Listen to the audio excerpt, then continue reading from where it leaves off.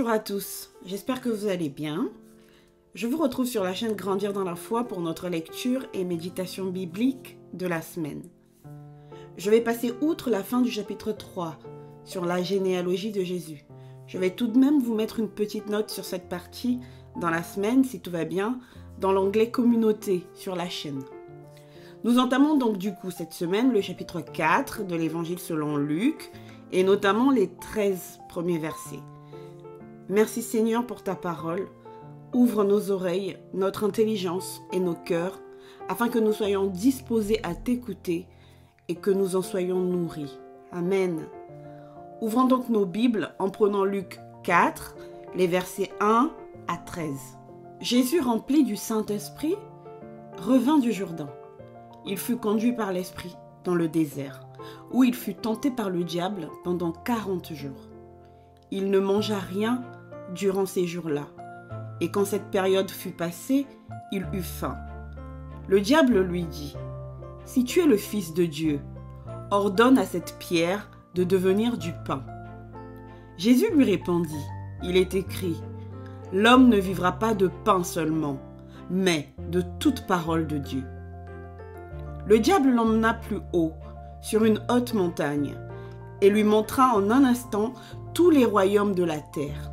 Puis il lui dit : « Je te donnerai toute cette puissance et la gloire de ces royaumes, car elle m'a été donnée et je la donne à qui je veux.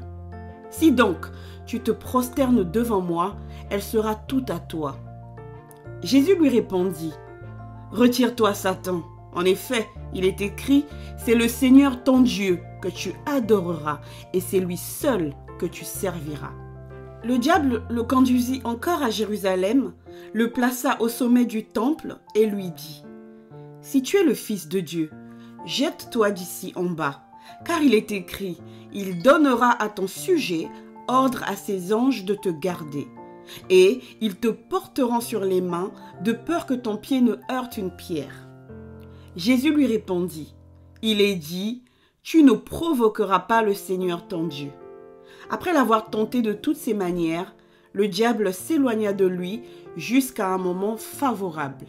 Amen, amen. Alors, allons-y tout doucement, pas à pas. Nous sommes ici dans la continuité de notre précédent audio. Au regard du précédent chapitre, le chapitre 3, Jésus vient juste d'être baptisé par Jean-Baptiste dans le Jourdain, et pendant son baptême, l'Esprit Saint était descendu sur lui, sous la forme corporelle d'une colombe. Le chapitre 4, que nous venons de lire, commence ainsi en nous reprécisant que Jésus est rempli du Saint-Esprit. C'est en étant rempli du Saint-Esprit que nous commençons à agir pleinement selon ses instructions, avec pleine obéissance, selon qu'il est écrit aussi dans Romains 8, 14, que ceux qui sont conduits par l'Esprit de Dieu sont fils de Dieu. Ainsi, Jésus est parfaitement dans cette position. Il se laisse guider par le Saint-Esprit. La première instruction du Saint-Esprit est surprenante quand même. Le texte, selon Luc, nous dit que Jésus fut conduit par l'Esprit dans le désert, où il fut tenté par le diable pendant 40 jours. L'Évangile mathéen le mentionne un peu différemment. Voici ce que nous lisons dans Matthieu 4, verset 1. Alors, Jésus fut emmené par l'Esprit dans le désert pour être tenté par le diable. C'est assez étonnant quand même, ne trouvez-vous pas ? C'est l'Esprit Saint lui-même qui conduit Jésus juste après son baptême dans le désert, à l'écart donc, où il va être privé de nourriture, privé d'eau, il va être isolé, mis face à lui-même, et tout cela dans l'objectif qu'il soit tenté. Il y aurait donc des moments où Dieu nous disposerait lui-même pour que nous soyons tentés, un peu comme s'il nous laissait volontairement traverser certaines épreuves. Quoi ? Et pourtant la réponse est oui. Dieu ne peut pas nous tenter ou nous donner le mal, car tout en lui n'est que bonté. Mais il peut en effet laisser le diable nous troubler pour un court temps. Pourquoi ? Eh bien, parce que l'épreuve est certes une occasion de chute, mais c'est surtout une occasion de faire la volonté de Dieu, en résistant à l'ennemi, en tenant ferme et en lui disant non.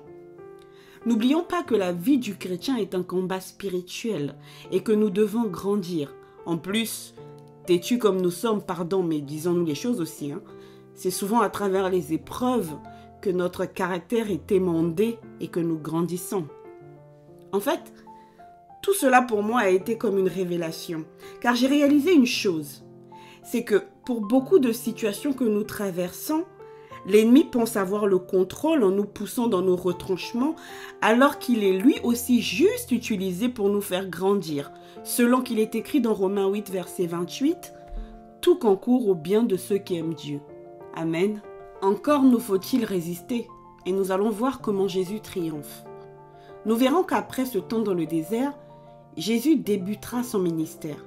Il est donc conduit dans le désert, en retrait, pour affronter le diable dans un moment où sa chair est très éprouvée, seul, avec personne pour le fortifier, afin qu'il soit préparé, prêt pour ce qui l'attend. En réalité, cette solitude, cette faiblesse est un leurre, car elle n'est que charnelle. En réalité, dans le désert, nous ne sommes pas seuls. Dieu est avec nous, et Jésus, lui, le sait. Si nous poursuivons avec le verset 2, Jésus va jeûner pendant 40 jours. Et donc, rien de plus normal quand le texte nous dit qu'il va avoir faim. Je ne sais pas si vous l'avez déjà remarqué. Il se passe deux choses quand nous nous engageons à faire quelque chose avec le Seigneur. Quand nous prenons quelques jours de prière, par exemple, avec jeûne, ou prière à des heures tardives ou autres, ou le carême que nous vivons en ce moment, etc. Nous sommes à ce moment-là combattus au début ou même parfois pendant le programme de prière. Paresse, fatigue, remise en question, incitation à abandonner, etc. Mais ce n'est pas là le pire. Le pire, c'est à la toute fin de votre programme de prière. Si vous réussissez à le faire, au moment où vous sentez que vous avez été béni, au moment où le Saint-Esprit vous a rempli justement, et vous sentez au fond de vous que vous avez obtenu vos grâces, il se déclenche alors parfois une sorte de période trouble. Les jours qui suivent, tristesse, déprime, questionnement, Dieu m'a dit ça pourtant, pourquoi il ne se passe rien? Est-ce que c'était bien Dieu qui m'avait parlé? Si Dieu était avec moi, il n'aurait pas permis ci ou ça. Un tourment de pensée qui peut vous mener à la dépression, à la lamentation, au manque de foi et même après à la culpabilité. Je suis chrétien et pourtant je n'y arrive pas, etc. C'est fou, hein? Souvenons-nous du grand prophète Élie, qui pourtant manifeste la gloire de Dieu face au prophète de Baal. Et juste après, Élie est confus et tremble devant les menaces de Jézabel. 1 Roi 18 et 19. Bizarre, non, de retomber comme ça? Eh bien, la tentation de Jésus, juste après son jeûne de 40 jours, juste avant son ministère, nous montre que cela ne doit plus nous surprendre. Ce sont donc des moments où nous devons rester éveillés. Amen. Pour en revenir au texte, le diable va donc tenter Jésus au bout de ces 40 jours, comme nous le disent les versets 3 à 12, de 3 manières différentes. Première tentation. Le diable se sert des désirs de la chair pour en réalité remettre en question l'identité de Jésus. Si tu es le Fils de Dieu, ordonne à cette pierre de devenir du pain. Il veut pousser Jésus à profiter de sa condition pour échapper à la faim. Comme si Jésus ne pouvait pas tout simplement dominer la faim pour un peu de temps au lieu d'y succomber. Alors, Jésus lui répond en citant la parole de Dieu, en citant notamment Deutéronome 8, verset 3. Il est écrit « L'homme ne vivra pas de pain seulement, mais de toute parole de Dieu ». Jésus recentre le débat sur la faim. Il ne s'agit pas que de pain, car ce dont j'ai faim, c'est de Dieu et c'est de sa parole en premier lieu. Amen. Deuxième tentation, la cupidité, l'amour de l'argent ou du pouvoir. Je te donnerai toute cette puissance et la gloire de ces royaumes, car elle m'a été donnée et je la donne à qui je veux. Si donc tu te prosternes devant moi, elle sera toute à toi. Le diable veut ainsi inciter Jésus à l'adorer lui plutôt qu'adorer Dieu, en lui promettant une falsification de la promesse que Dieu le Père a faite à son Fils. Jésus doit vivre sa mission salvifique à la fin de laquelle, après la croix, il sera élevé au-dessus de tout. Et là, Le diable lui met une sorte de raccourci sous le nez. Pas besoin de tout ça, dit. Prosterne-toi juste devant moi et je te donne tout. Mais en réalité, Jésus n'est pas dupe, car le diable lui propose le pouvoir. Et ce n'est pas la manière de fonctionner de Dieu. Dieu veut collaborer avec nous. Il nous appelle à une relation non pas de pouvoir en réalité, mais d'amour. Sauf que l'homme étant souvent pressé, nous voulons souvent tout obtenir vite, le temps de Dieu nous paraît souvent trop lent, et c'est ainsi que nous troquons nos vocations nous-mêmes, que nous sautons à pieds joints dans le raccourci d'une vie coupée, éloignée de Dieu pour les plaisirs trompeurs de ce monde.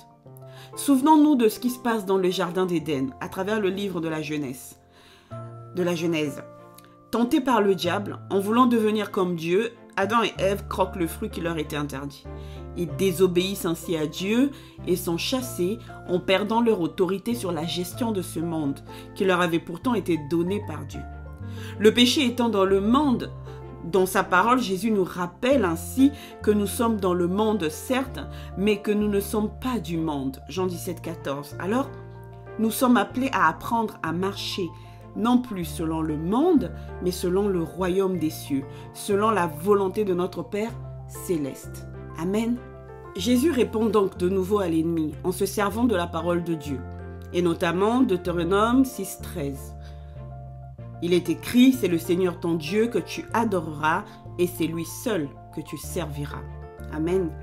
À nous qui avons aujourd'hui le Nouveau Testament en plus, la parole de Dieu nous dit encore en Matthieu 6, 24, « Nul ne peut servir deux maîtres, car ou il haïra l'un et aimera l'autre, ou il s'attachera à l'un et méprisera l'autre. Vous ne pouvez servir Dieu et Mammon. » Mammon représentant ici l'amour de l'argent, des biens matériels, etc. Non pas que Dieu nous empêche d'entreprendre, d'avoir des projets et que sais-je. C'est lui-même qui met en nous nos aspirations et qui nous donne de créer et autres. Mais notre attachement à Dieu, à sa parole, notre désir de marcher avec le Seigneur doit rester supérieur. Nous n'adorons que Dieu seul et nous devons donc être capables de nous détacher de tout le reste. Tout le reste est utile et Dieu sait que nous en avons besoin. Mais à part Dieu, rien n'est vital. Perdre sa maison, c'est bien et triste. Mais cela n'est pas signe d'échec si Dieu est avec nous, car tout est dans sa main. La tragédie, c'est l'inverse. Croire que l'on a tout alors que nous ne marchons pas avec Dieu. Amen. N'oublions pas les amis qu'aujourd'hui, en Jésus-Christ, nous avons un modèle précieux.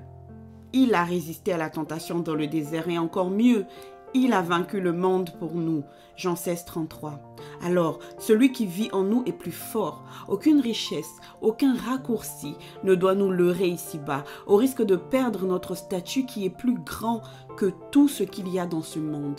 Amen. Si nous abordons maintenant les versets 9 à 12, Jésus est tenté pour la troisième fois. Il est tenté afin qu'il use de son statut de fils de Dieu pour mettre son Père à l'épreuve, pour défier la souveraineté de son Père. Si tu es le Fils de Dieu, jette-toi d'ici en bas, car il est écrit, il donnera à ton sujet ordre à ses anges de te garder, et ils te porteront sur les mains, de peur que ton pied ne heurte une pierre. Si tu es fils de Dieu, fais ceci, pour prouver que ton statut est vrai. C'est vicieux en fait. Jésus a-t-il vraiment besoin de prouver qu'il est fils de Dieu ? Aujourd'hui, ai-je besoin de prouver à qui que ce soit que mon père est mon père ou que ma mère est ma mère ? Alors, pourquoi Jésus devrait-il s'abaisser à apporter des preuves sur son statut ? En plus, Dieu Père lui-même n'a-t-il pas déjà témoigné du statut de son fils pendant son baptême ? De plus, le malin, ce vicieux, utilise la parole de Dieu pour pousser Jésus au suicide en réalité. Jette-toi toi-même, voyons, les anges de ton Père te secourront. Jésus est notre exemple. Il nous montre que nous sommes responsables de nos actes. Nous ne pouvons pas nous jeter volontairement d'une tour parce que Dieu enverra ses anges. Nous ne pouvons polluer la terre et penser que Dieu fera disparaître nos déchets par miracle comme ça, même s'il le peut. Il y a une responsabilité que nous devons assumer. Dieu n'est pas notre larbin, attention. Mais ce qui me choque plus particulièrement, c'est que l'ennemi cite la parole de Dieu. Non mais abusé. En mode Psaume 91, les versets 11 à 12, il est écrit. Pendant que tout est fait dans le monde pour nous inciter à nous détourner de la parole de Dieu, à ne pas avoir le temps de la lire et ou de la méditer, ce qui est normal selon dit en passant puisqu'elle représente notre épée contre l'ennemi. C'est normal donc qu'il y ait un combat permanent pour que nous n'ayons pas recours, et oui. Mais pendant ce temps, pendant que les enfants de Dieu se laissent endormir, le camp adverse en revanche connaît la parole de Dieu et l'utilise en la déformant, en la sortant du contexte pour confondre notre relation avec Dieu.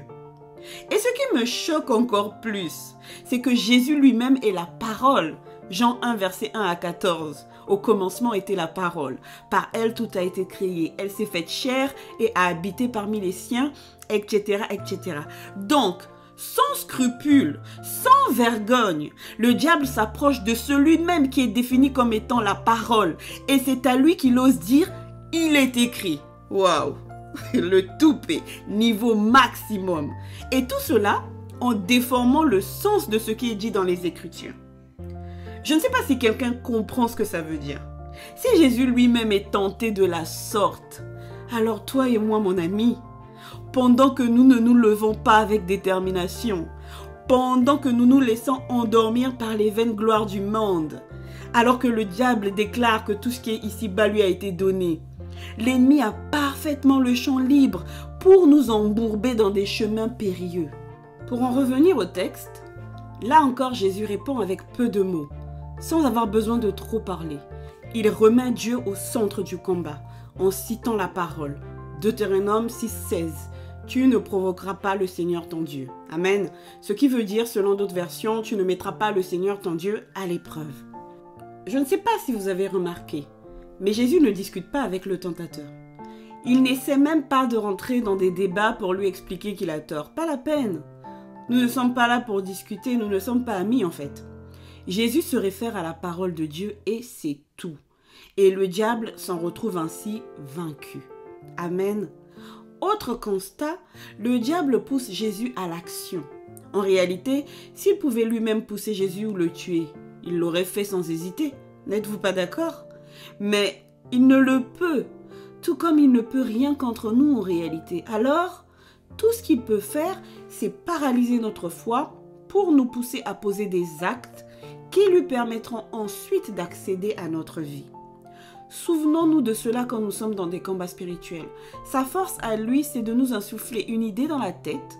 Et si nous ne combattons pas cette idée, elle grossit, grossit. Et c'est nous-mêmes qui finissons par agir. Puis, il sera le premier à monter voir le Père Céleste pour dire « Oh oh, ton enfant a péché. Je dois le cribler maintenant. » Le passage se termine avec le verset 13, qui lui aussi vient avec son lot de surprises. Après l'avoir tenté de toutes ses manières, le diable s'éloigna de lui jusqu'à un moment favorable.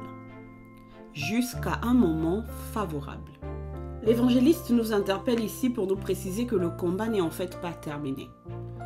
À un moment favorable, ce vicieux se représentera encore et nous devons tenir ferme. Ceci n'est pas dit pour nous effrayer car la parole de Dieu nous dit que nous n'avons pas reçu un esprit de peur, de timidité, 2 Timothée 1, 7 à 8. Car l'esprit du Christ, l'esprit de force, vit en nous. Amen. De tout cela, que pouvons-nous dire pour finir? Nous traverserons le désert quelquefois, mais il ne faut pas nous en effrayer. De toutes les façons, si Jésus lui-même a été conduit dans le désert avant son ministère, c'est que c'est un chemin que nous aussi nous serons donc amenés à traverser. Sauf que dans notre cas, le Christ sera avec nous. Amen. Et quand nous nous rendons compte qu'un frère, une sœur est dans le désert, fatigué, perdu, nous pouvons au moins le ou la fortifier en lui rappelant que le Christ est là.